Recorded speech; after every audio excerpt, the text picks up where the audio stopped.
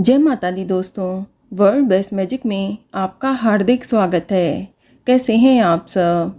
ये बताने के लिए कमेंट बॉक्स में जय माता दी जरूर लिखें। दोस्तों, आज हम इस वीडियो में बात करेंगे गंगा दशहरा साल 2023 में कब मनाया जाएगा, 29 मई को या फिर 30 मई को, क्योंकि इस बार इसकी तारीख को लेकर लोगों में काफ़ी कन्फ्यूज़न बना हुआ है। तो इस वीडियो में मैं आपको गंगा दशहरा की सही तारीख बताऊंगी कि किस दिन आपको गंगा स्नान करना सर्वोत्तम रहेगा। साथ ही आपको बताऊंगी कि गंगा दशहरा का क्या महत्व है और किस प्रकार से आपको गंगा माता की इस दिन पूजा अर्चना करनी चाहिए। इसके अलावा आपको बताऊंगी गंगा दशहरा के दिन किए जाने वाले 5 उपाय, जिसे करके आप साल भर के गंगा स्नान का फल प्राप्त कर सकते हैं। पूरी जानकारी के लिए लास्ट तक वीडियो के साथ बने रहें। लेकिन वीडियो स्टार्ट करने से पहले आपसे रिक्वेस्ट है कि अगर अभी तक आपने हमारे YouTube channel world best magic को सब्सक्राइब नहीं किया है तो जल्दी से सब्सक्राइब करके बेल आइकन दबा दें। साथ ही इस वीडियो को लाइक करें और ज़्यादा से ज़्यादा शेयर करें। तो आइए शुरू करते हैं। दोस्तों, ज्येष्ठ माह के शुक्ल पक्ष की 10वीं तिथि को गंगा दशहरा का पर्व मनाया जाता है।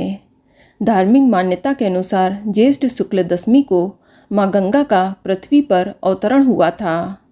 उन्होंने राजा भागीरथ के पूर्वजों का उद्धार किया, जिससे उन्हें मोक्ष की प्राप्ति हुई। इस दिन को हम गंगा अवतरण के नाम से भी जानते हैं। दोस्तों, गंगा दशहरा के दिन गंगा नदी में स्नान करना बेहद ही शुभ माना जाता है। इस दिन गंगा स्नान करने से 10 तरह के पापों से मुक्ति मिलती है। दोस्तों, हिंदू धर्म में गंगा को माँ का दर्जा दिया गया है और गंगा जल को सभी जलों में सबसे पवित्र और पूजनीय माना जाता है। किसी भी शुभ कार्य और पूजा अनुष्ठान में गंगा जल का प्रयोग अवश्य ही किया जाता है। गंगा जल के बिना कोई भी मांगलिक कार्य पूरा नहीं होता। साथ ही सभी पापों से मुक्ति पाने के लिए गंगा दशहरा के दिन गंगा के पवित्र जल में स्नान करना चाहिए। दोस्तों, एक बात का खास ध्यान रखें कि गंगा दशहरा में 10 की संख्या का काफ़ी महत्व है। ऐसे में आप पूजा में जिस चीज़ का इस्तेमाल करेंगे उसकी संख्या 10 जरूर होनी चाहिए। जैसे 10 दीपक, 10 प्रकार के फूल, 10 प्रकार के नैवेद्य, 10 पान के पत्ते, 10 प्रकार के फल आदि का इस्तेमाल किया जाता है। और इसके साथ ही गंगा दशहरा के दिन आप जिस भी चीज़ का दान करें उसकी संख्या भी 10 होनी चाहिए। दोस्तों, इस दिन गंगा नदी में स्नान करने का विशेष महत्व है। पूजा करने वाले को इस दिन सूर्योदय होने से पहले जगना चाहिए और गंगा नदी में जाकर स्नान करना चाहिए। ध्यान रखें कि जब भी आप गंगा नदी में स्नान करें तो आप 10 बार डुबकी अवश्य लगाएं। गंगा दशहरा के दिन यदि कोई भी व्यक्ति गंगा नदी में जाकर स्नान ना कर सके तो वह अपने घर के पास किसी नदी, तालाब या जलाशय में माँ गंगा का ध्यान करते हुए स्नान कर सकता है, या फिर घर पर ही अपने नहाने वाले पानी में गंगा जल मिलाकर माँ गंगा का ध्यान करते हुए स्नान कर सकता है। इसके बाद आप गंगा माता की मूर्ति की विधिवत पूजा अर्चना करें और जो व्यक्ति गंगा तट पर हैं वहाँ पर गंगा नदी में उतरकर माँ गंगा का पूजन करें।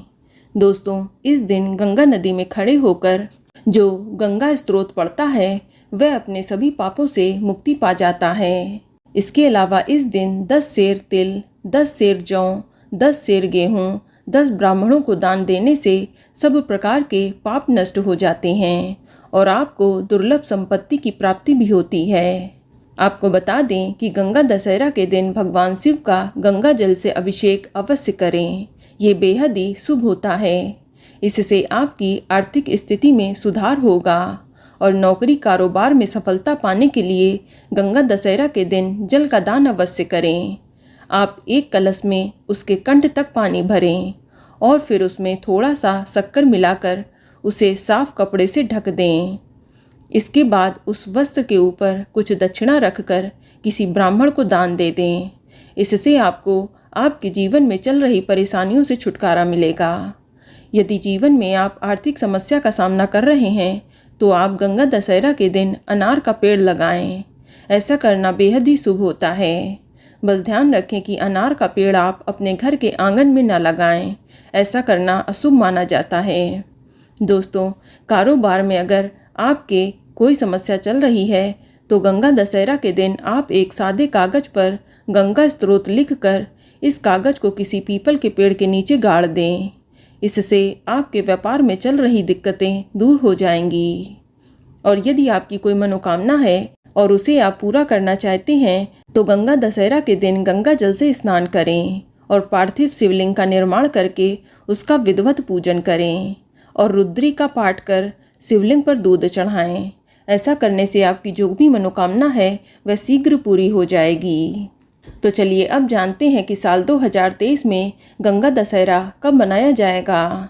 तो आपको बता दें कि 10वीं तिथि की शुरुआत 29 मई 2023 की सुबह 11:49 पर हो रही है और 10वीं तिथि की समाप्ति 30 मई 2023 की दोपहर को 1:07 पर हो जाएगी।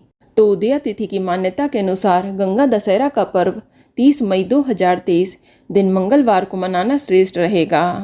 आपको बता दें कि 10वीं तिथि में हस्त नक्षत्र में गंगा माता धरती पर अवतरित हुई थीं और इस बार हस्त नक्षत्र का प्रारंभ 30 मई 2023 की तड़के 4:29 पर हो रही है और हस्त नक्षत्र की समाप्ति 31 मई 2023 की सुबह 6 बजे हो जाएगी। तो इसलिए भी 30 मई को गंगा दशहरा मनाना श्रेष्ठ रहेगा।